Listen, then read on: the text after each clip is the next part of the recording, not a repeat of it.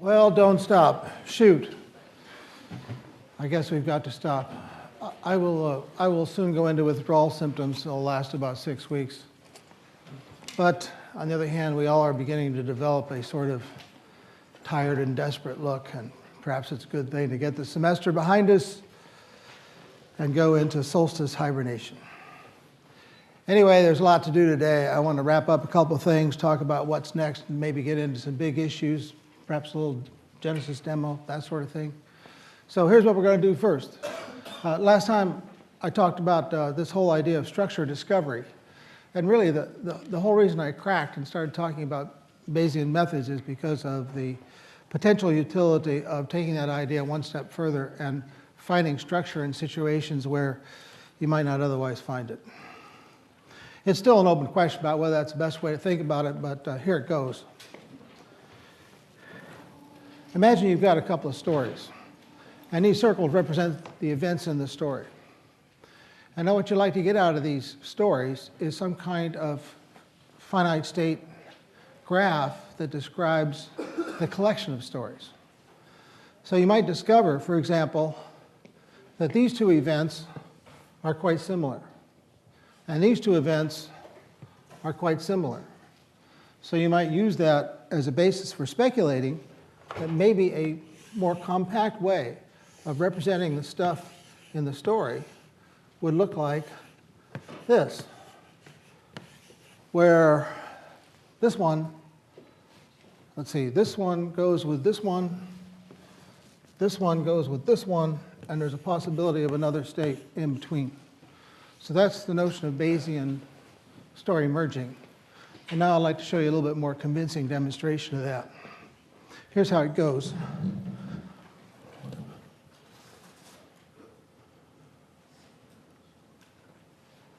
So there are the two stories. This is just a classroom demonstration, no big deal. But you can see there's a sort of parallel structure in there. So this is the work of graduate student Mark Finlayson, who processed those stories to produce those kinds of events, and those kinds of events that get assembled into two story graphs.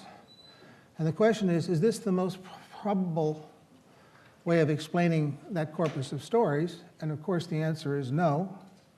If you merge some things, like chase and stalk, then you get a simpler graph, one that is more probable in the same sense that we discussed last time.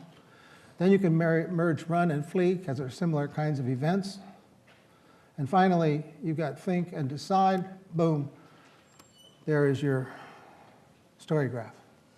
And this is the same idea taken several levels higher that produced the capacity to discover in these two stories the concept of revenge, as promised at the beginning of our last discussion. So sometimes the Bayesian stuff is the right thing to do, especially if you don't know anything. But sometimes you do know stuff. And when you do know stuff, it's possible you can do something very much more efficient. This sort of thing takes clouds of computers to process. But we learn a lot of stuff in the course of our development that we don't use a cloud of computers to figure out. We learn how to associate the gestures of our mouth with the sounds that we make, for example. So I want to spend a minute or two talking about some work that someday will be the subject of a couple of lectures, I think. But it's the question of how to use multiple modalities and correspondences between them to sort out both of the contributing modalities. That sounds complicated. Let me show you an example.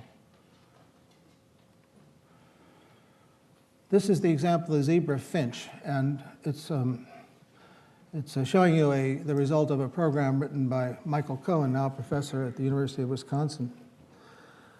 So the zebra finch the male zebra finch learns to sing a nice mating song from its daddy. And this is what one such zebra finch sounds like. Nice, don't you think? And here is what was learned by a program that uses no probabilistic stuff at all, but rather the notion of cross-modal coupling. You tell the difference? It's not known if this particular song turns on the female zebrafinch, but to the untrained human ear, they sure sound a whole lot alike. So how does that work? Here's how that works.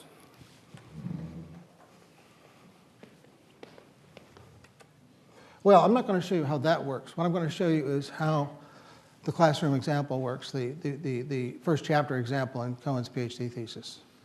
Here's what happens. When we talk, we produce a Fourier transform that moves along with our speech. And if we say a vowel like you get a fairly constant Fourier spectrum. And you can say, well, where are the peaks in that Fourier spectrum? And how do they correspond to the appearance of my mouth when I say the vowel? So here's how that works.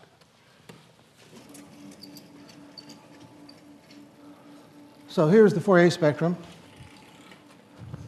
of a particular vowel. And when you smooth that, those peaks are called formants. And so we're just going to keep track of the first and second formant. But when I say those things, I also can form an ellipse around my mouth when I say them. And when I form an ellipse around my mouth when I say them, that gives me this second modality.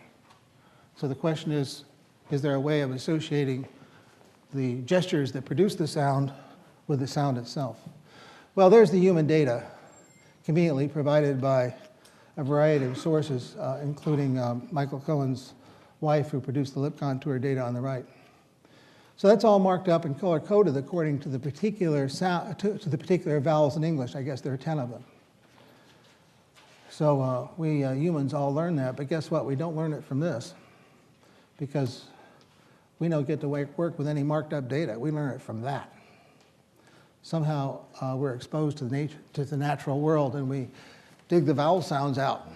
It's fantastic how we do that. But we do have cross-modal coupling data, and maybe that's got something to do with it. So here is a particular cluster of sounds. And what I want to know is, can I merge any of these two clusters to form a bigger cluster with a corresponding meaning?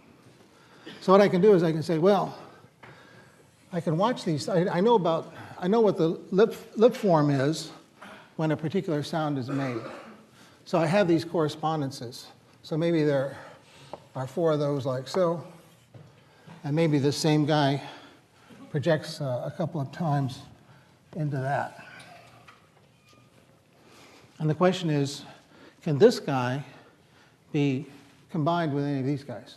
And the answer is yes. If they're close together on one side, maybe that suggests you ought to cluster them on the other side. But there's a question about what close means. So let's suppose that we also look at how these other 2 guys project, and suppose this guy projects twice up here and once over here.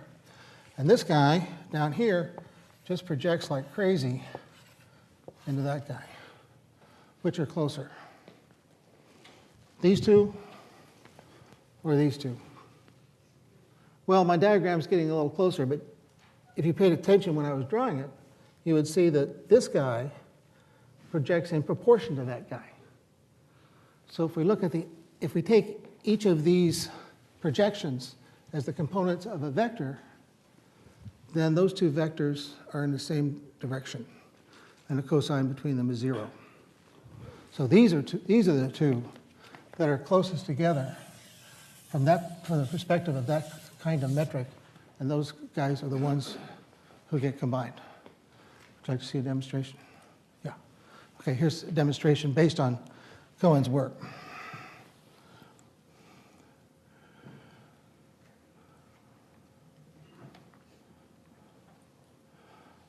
So here we have 2 sides.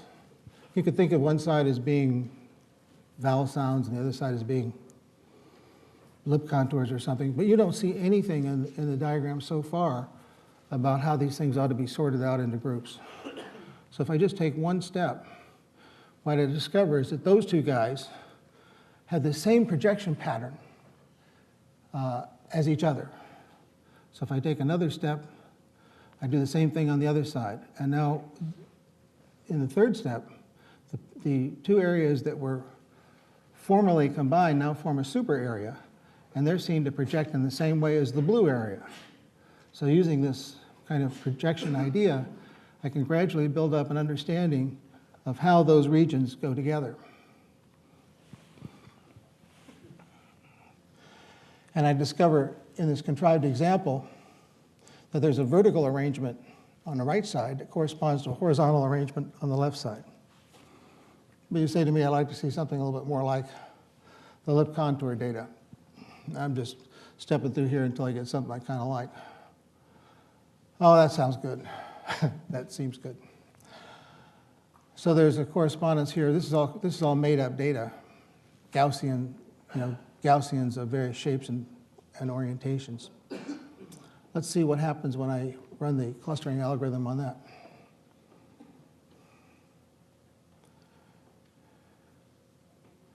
Something definite was learned at every step. We find the correspondence between the pink region on the right and the pink region on the left. In some cases where the regions are rather blurred together, the other side is the one that helps the system figure out how things are organized. So I cite this as an example of something I think is very important. Number one, it's possible to discover regularity without being obsessively concerned with Bayesian probability. And also that there's very likely a whole lot of this going on in human intelligence.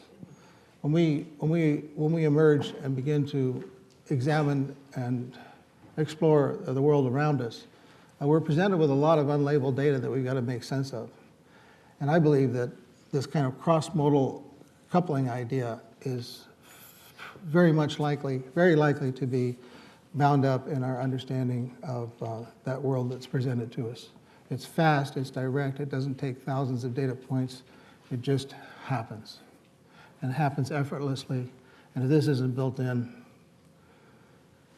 if this isn't determined to be built in, you can come back to MIT in 15 years and put me in jail. So I think this is really the way it works. So there it is. There's a couple of things to have wrapped up. And now, next thing I want to do, and for the rest of our last time together in this format, is talk to you about a variety of things. And I'll depart from my usual practice and move to some slides.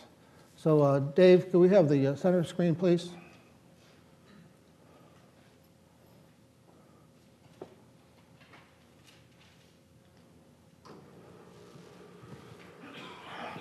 So first, a brief review of where we've been and where we've come. I think in the very first class, I talked about what artificial intelligence was, and I talked about how you could view it from either an engineering perspective or a scientific perspective.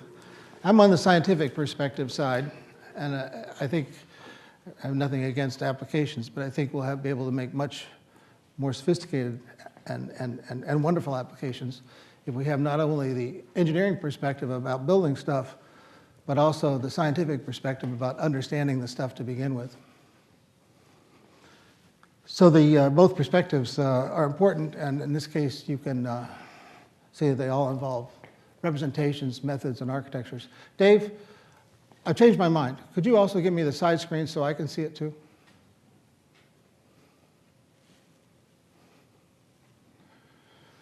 So that's that. What's next? The business perspective, which we talked about on Thanksgiving.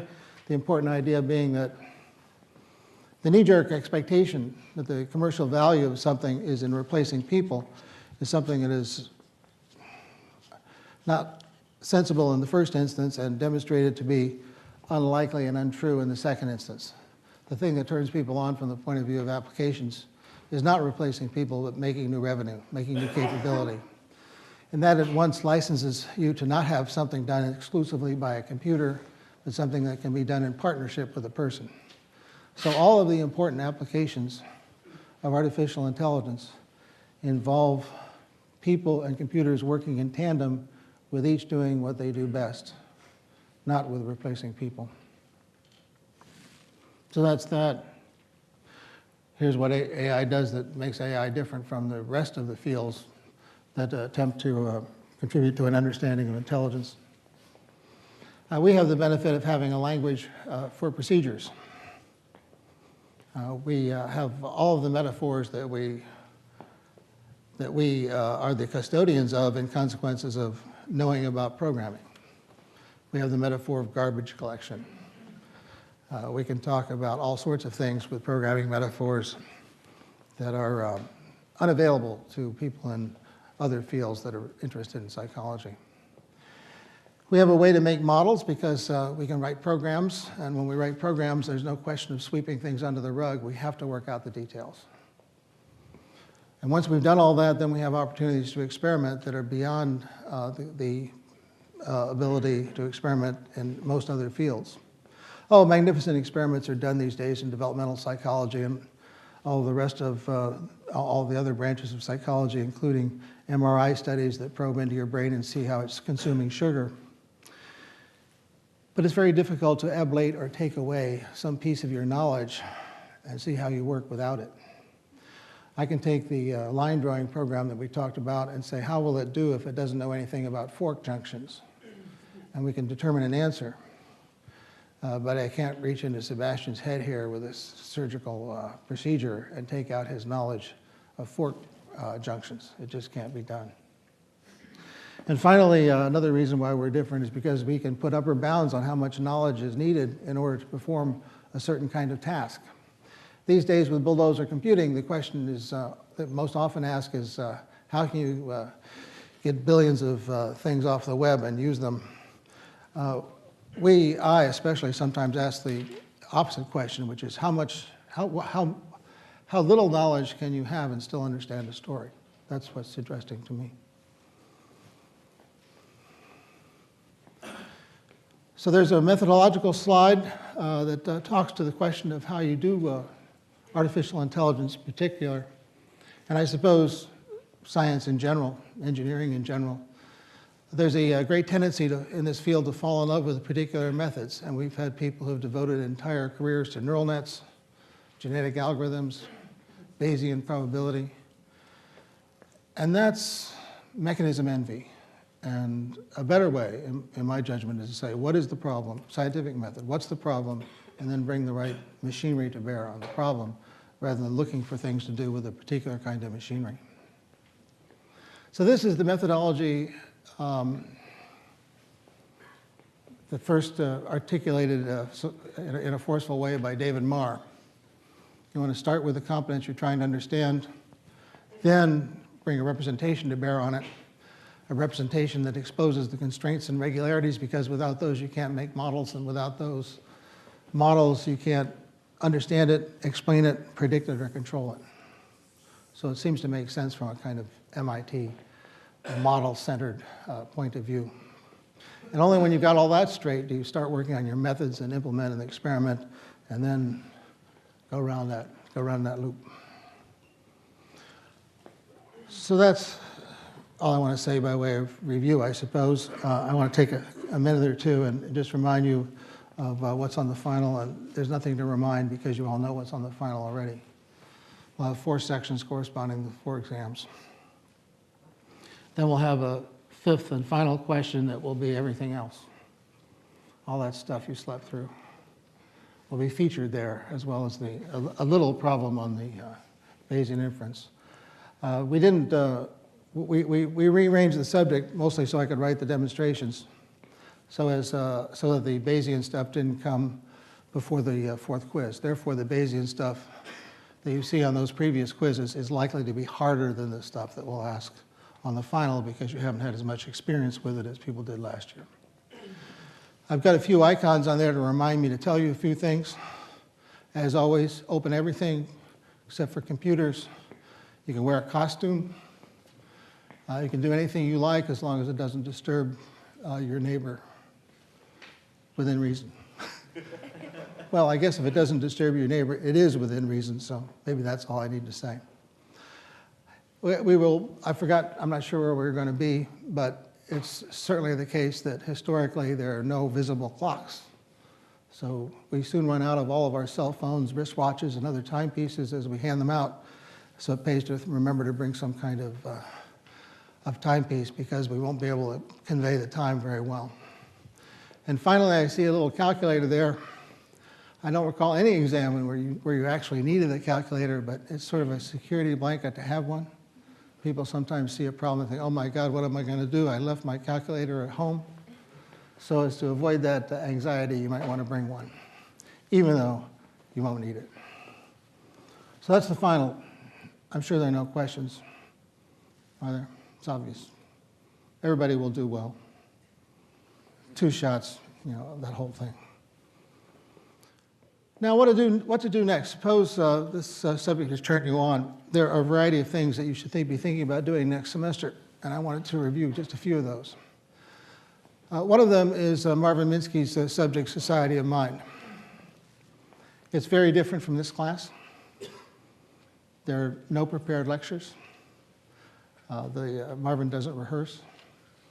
He doesn't think about what he's going to say in advance.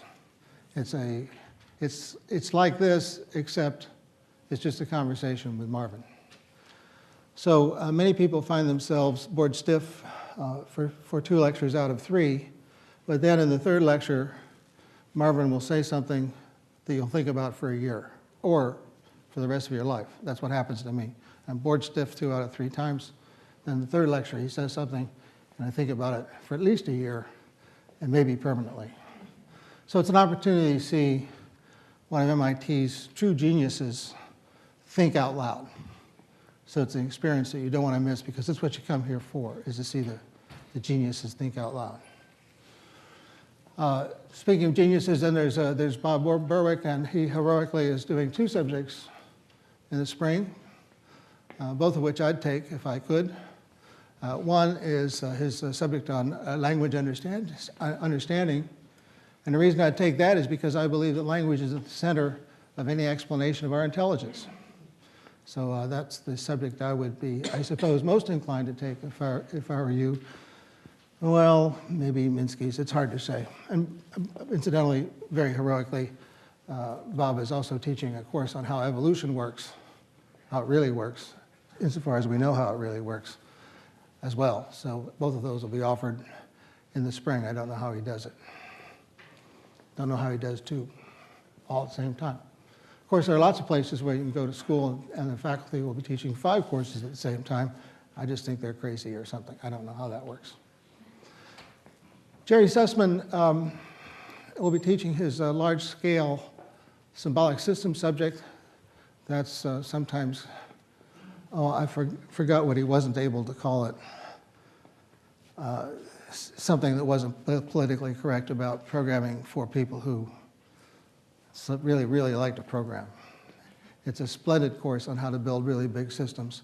And we use the ideas in that subject in our research system because it's the only way, understanding how that works is the only way that you can build systems that are too big to be built.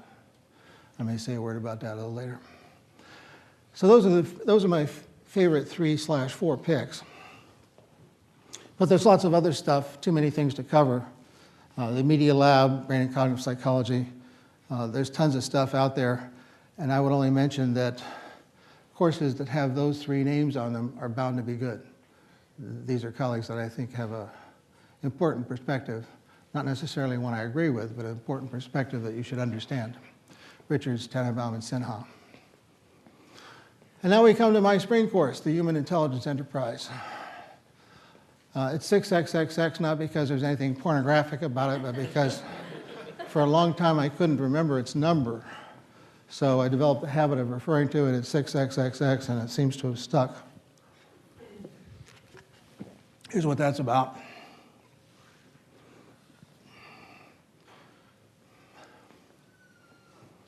Yeah, that might be interesting. It's taught like a humanities course, though. No lectures. I just talk. And all of the TAs are veterans of that class, so if you want to know if you should do it, you have several resources. You can talk to them. Or, I don't know, you can look at the sorts of things we talk about. Here are some things we talk about by way of packaging.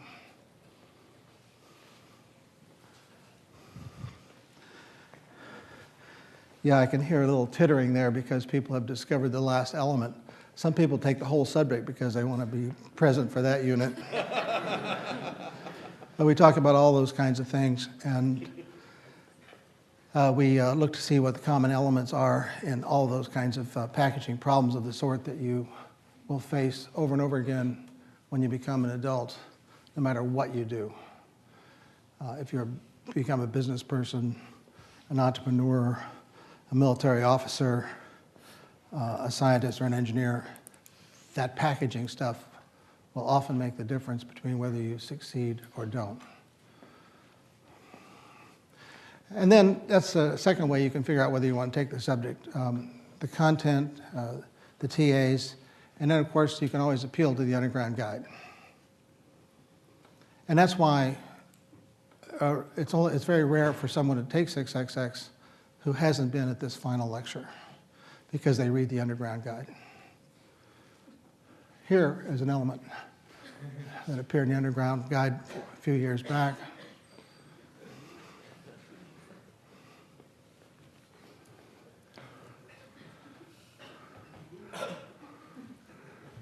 There are no exams, but there is a tradition of hacking the underground guide. So this is another example of something that appeared.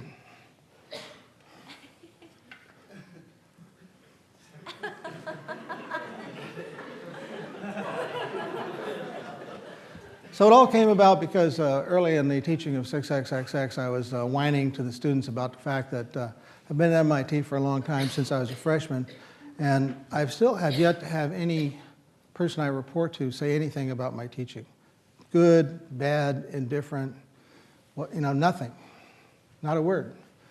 So the students decided that it would be interesting to see if they could say something sufficiently outrageous to force a conversation between the department chairman and me. And so far, they've been totally unsuccessful. And I've tried everything. Winston shows up late if he shows up at all. Good instructor, but constantly sipping from a brown paper bag. All kinds of stuff.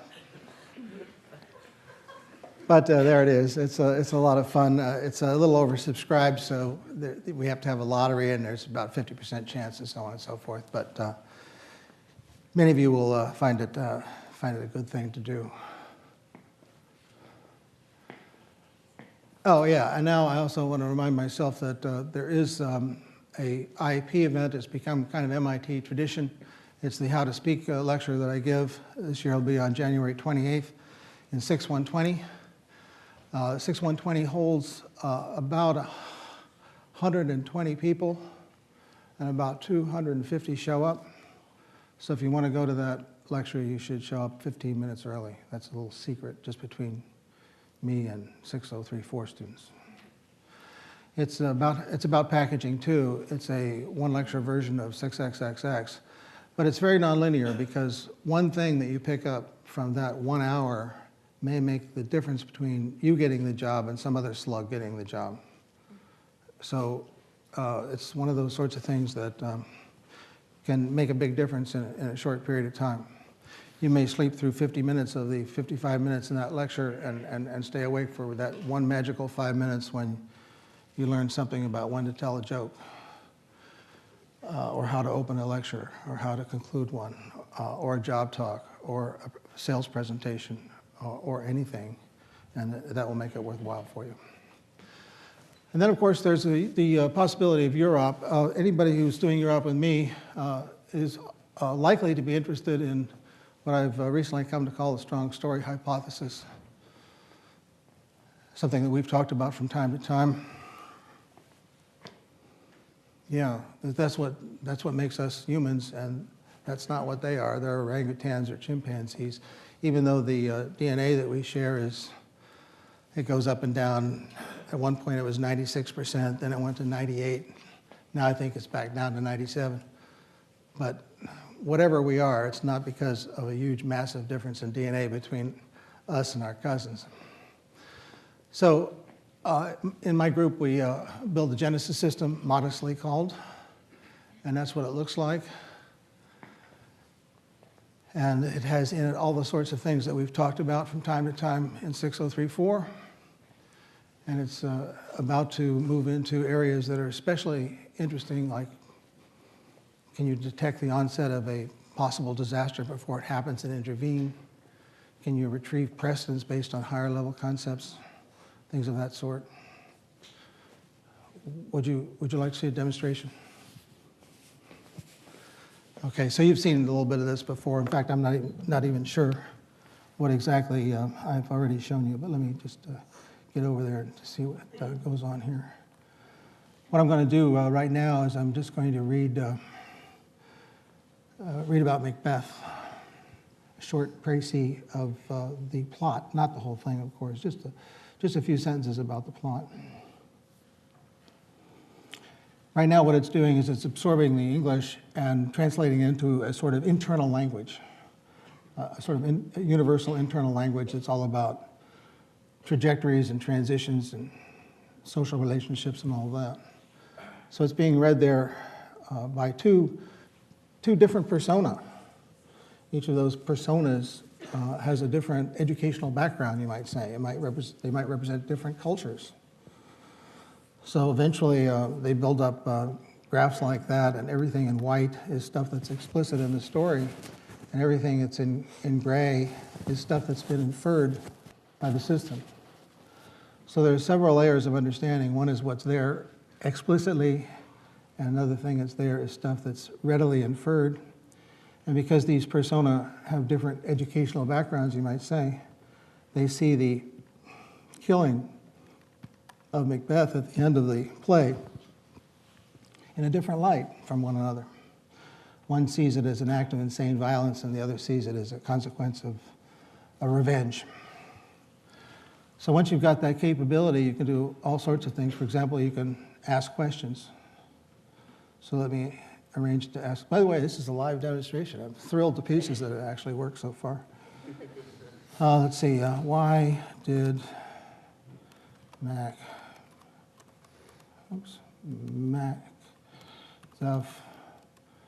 kill Duncan? You all know why, right? Duncan. Yeah, you're right. He didn't actually do that. On a common sense level, neither Drive Jekyll nor Mr. Hyde have an opinion. On a reflective level, neither Drive Jekyll nor Mr. Hyde have an opinion. That's because it didn't happen. So we call these two persona Dr. Jekyll and Mr. Hyde. And you're going to complain right away about the spelling of Jekyll, aren't you? Well, that's because with this spelling, it's the speech generator makes it sound a little bit more like when we say Jekyll. But what really happened is that Macduff killed Macbeth. On a common sense level, it looks like Dr. Jekyll thinks Macduff kills Macbeth because Macduff isn't sane. It looks like Mr. Hyde thinks Macduff kills Macbeth because Macbeth angers Macduff. On a reflective level, it looks like Dr. Jekyll thinks Macduff kills Macbeth is part of act of insane violence.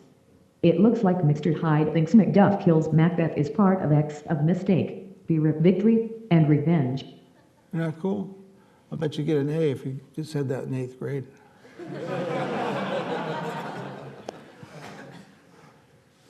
But once you got this ability to understand the story from multiple points of view, you begin to think of all kinds of wonderful things you can do.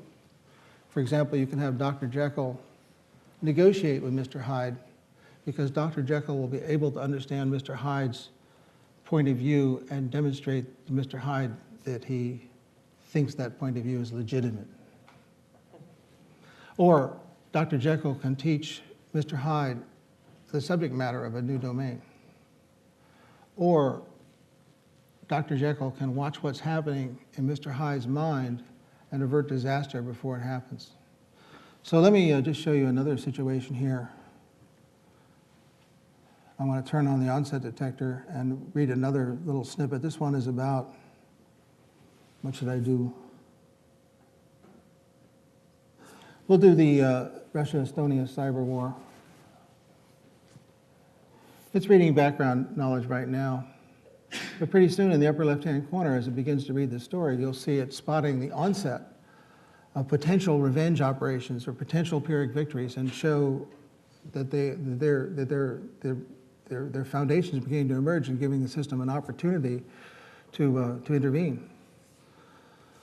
So there you can see all of the things that it thinks might happen. Not all of them do happen, but some of them do. And you'll note incidentally that this is another case of Dr. Jekyll and Mr. Hyde having different cultural perspectives.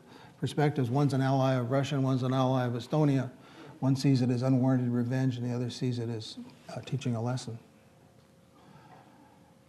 So I don't know, what else have we got here? Oh yeah, precedent recall. A long time ago we talked about doing information retrieval based on vectors of keyword counts. That's cool, but not this cool. This is doing it on vectors of concepts that appear in the stories, such as revenge, even though the word revenge doesn't appear anywhere. So because we're able to understand the story on multiple levels, we can use those higher levels that don't involve the words in the story at all to drive the retrieval process. So all of that is a consequence of a variety of things, one of which is the specialists, that translate the English into an internal language. And it's also, incidentally, I mentioned it a little before, and it's also a consequence of our use of Jerry Sussman's propagator architecture. So a student comes into our group and says we want to do something. We say, okay, here's how the system is organized. It's like a bunch of boxes that are wired together.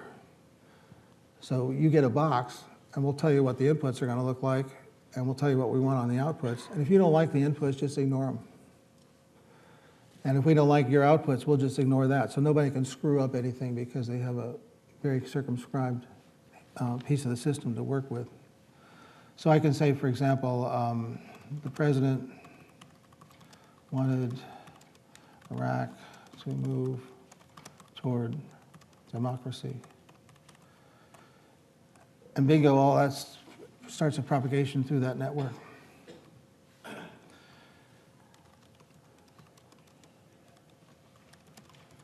All of this would be unconvincing, in my view, if it weren't eventually connected to perception, because if it's not eventually connected with perception, it's yet another system that demonstrates how smart it can seem to be without actually knowing anything. So another half of what we do is an early stage attempt to connect the language stuff with things that are going on in the world. So we say, imagine a jumping action, and there is a jumping action. It's part of a test suite developed by the Defense Research Projects Agency to drive what they call the Mind's Eye program, which was developed largely as a consequence of work done here at MIT, focused on the idea that if we're going to understand the nature of intelligence, we have to understand how language is coupled into our perceptual systems and how those perceptual systems can answer questions posed to them by the language system. So that's a little demo of the Genesis system. Here are the issues that we're trying to explore. Nothing too serious, just the nature of what is extraordinarily fundamental to any explanation of human thinking.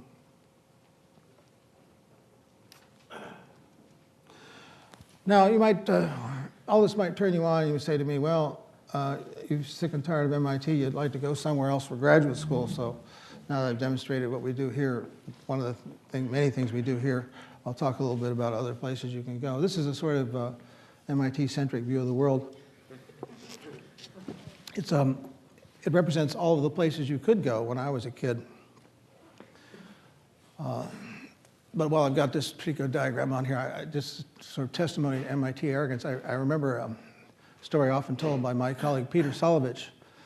He says that when he came to a job interview from Caltech to MIT, he was sitting here for 3 days and nobody spoke to him. So eventually he said, I got to do something. He walked up to a graduate student and said, hi, my name is Peter Solovich. I'm from Caltech. And the graduate student said, Caltech sucks, and walked away. Anyway, we've populated all these places now that you see here and more.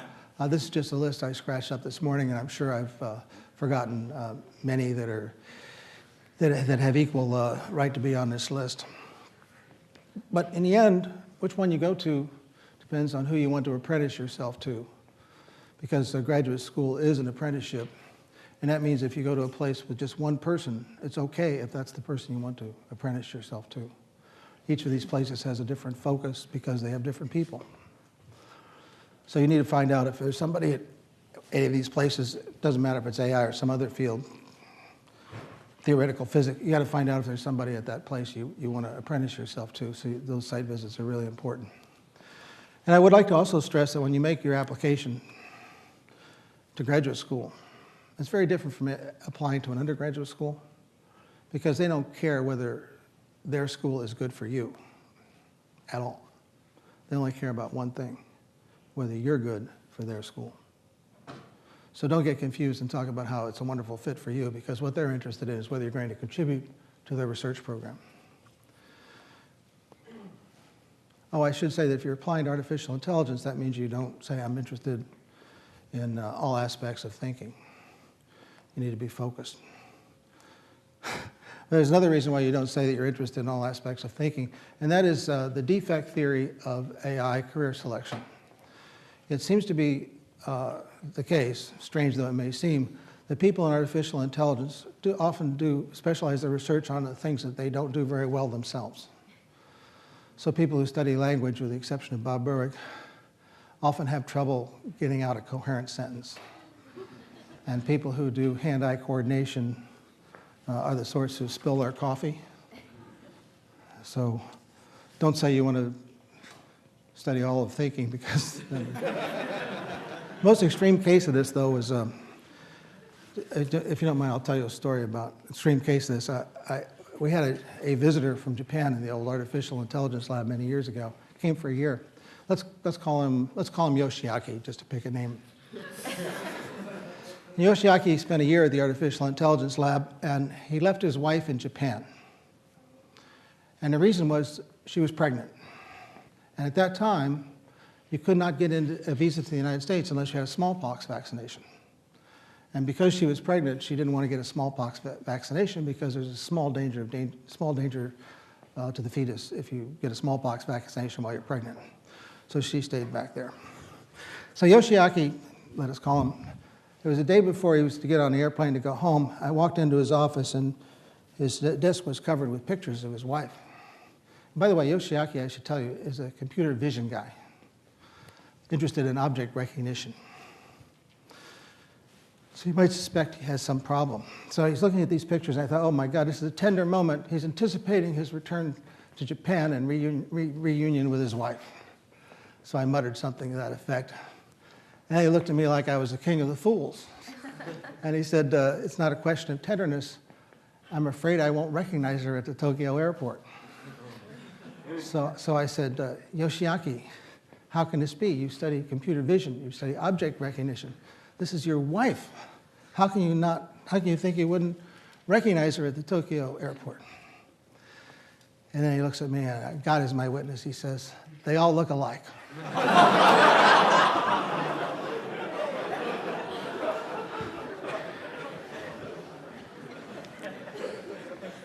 Well, now as we come close to the end, what are the big questions? Is it useful? Of course it's useful. It's part of the toolkit now of everybody who claims to be a computer scientist.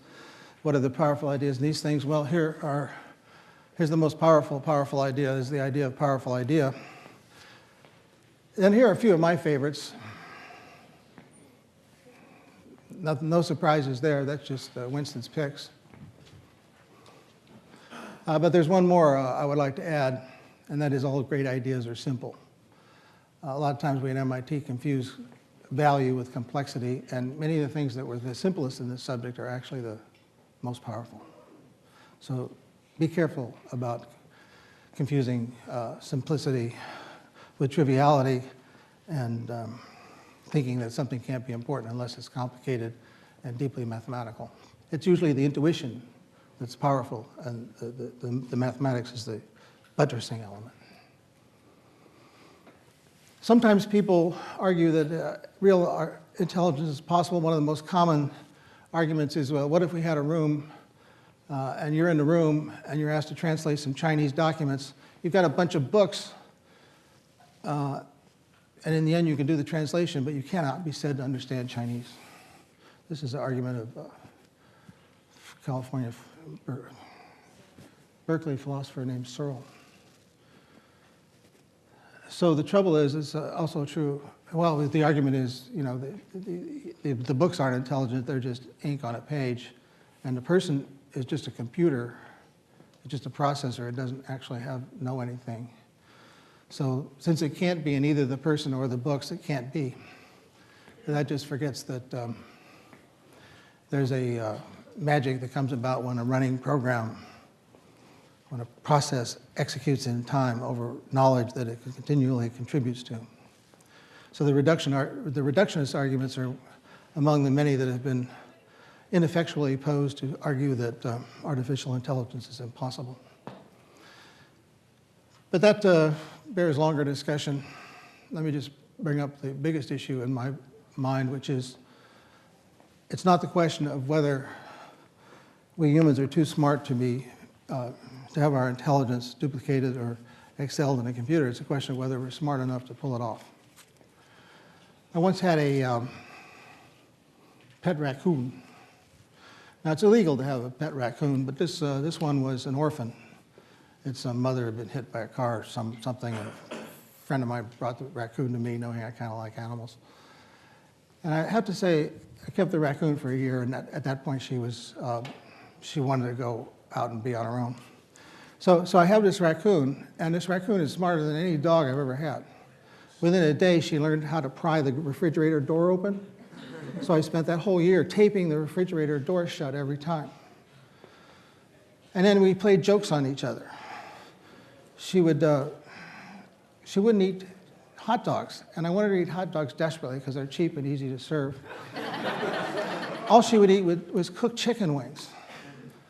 Wouldn't eat hot dogs. So one day I said, well, I'm going to play a trick on her. I took a chicken bone and I stuck it in the middle of a hot dog and put it in a garbage can, and she went for it. Her genes took over, and she went for it, and she was happy with hot dogs ever after. She wouldn't let me read. She would crawl up underneath the book and interfere and make me. She always wanted to suck on my thumb, which turned blue eventually. You'd be amazed at how much a raccoon can suck. It's just extremely powerful. The best parts were when she would go bike riding with me. I put on a heavy sweater because they have a pretty good grip. I put on a heavy sweater, and she'd kind of mount herself on my back and kind of look out over my shoulder, stop traffic for miles around. It was great. So she was really smart, but the interesting thing is that at no point did I ever presume that raccoon was smart enough to build a machine that was as smart as a raccoon. So when we think that we can, it involves a certain element of hubris that may or may not be justified. Well, there it is. Just a couple more things to do. One of which is you should understand that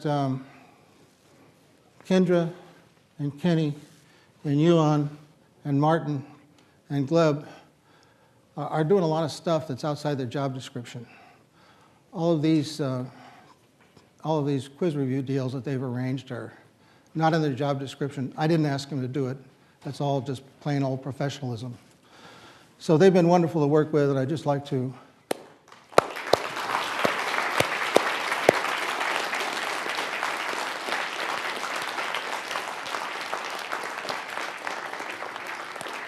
offer them a round of applause.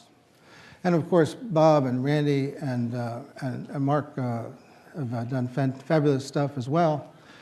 And we, of the staff, the TAs, Mark, Bob and Randy, have nothing else to do except wish you good hunting on the final and a good long winter solstice hibernation period after that.